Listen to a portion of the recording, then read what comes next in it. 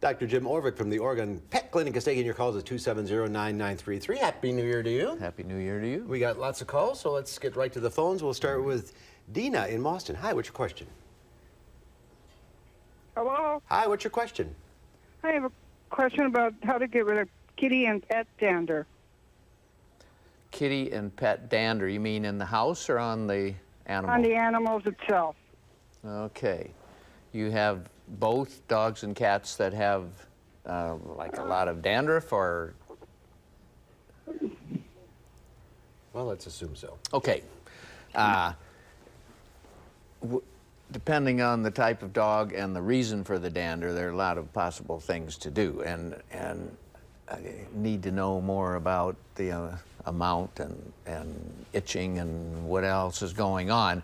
Just regular amount of dandruff, well, shampooing, and there are some products on the market that are supposed to help with that too.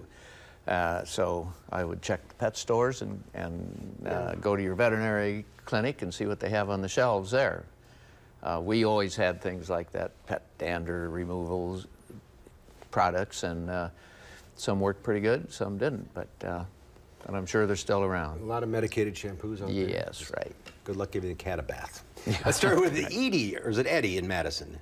Edie from Edie. Madison. Hi, go ahead, Edie. I have a small dog, very little fur, that has been trained to go outside, but since the cold weather, we've had a few accidents in the house.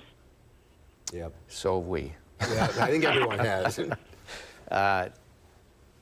Did you mention something about boots and sweater? Boots and sweater, yeah.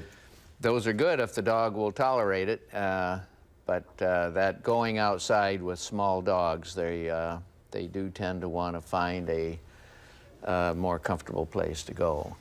Yeah. And we have a little dog staying with us that goes out, runs in, goes to the basement. But shouldn't, I sort of force the issue. I stay out with him and say, okay, Yeah. I'm cold. And that we get to that point. Yeah. All right, let's go to Lynn in Dane. Hi, Lynn. Oh, I'm sorry. Let's go to Ruth in DeForest. Ruth, go ahead.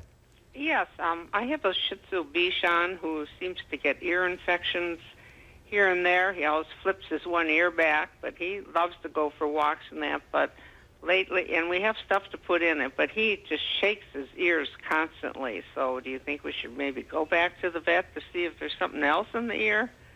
Yes. Just a cold air also? Well, I don't know about that, but once a dog gets an ear infection, it doesn't just go away right away. It takes some months of treatment.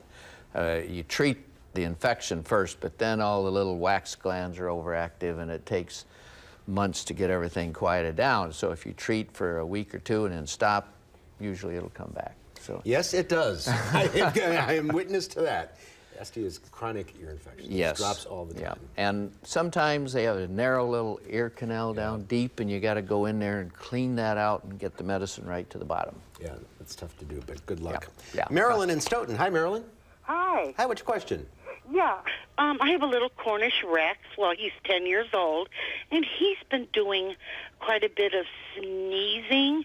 It's not chronic, but it's it's enough to be concerned, and I'm wondering if it's because he likes to lay about we only let him lay about a foot away from the electric heater in the living room because it's a big room, and we don't know if that could be drying him up or causing it or just what. We just don't know. Yes. Well, being wintertime and dry air and dust mites and things coming out of the furnaces, I've known a lot of animals that had problems in the winter with the dry air. Yeah, so maybe a little humidifier? Yeah, a little humidifier. If it's clear liquid that's coming out of his nose, then yeah, it's probably just a reaction to something. But if it's... We gotta go. If you're on the line, stay there. Jim will talk to you off the air. We'll be right back.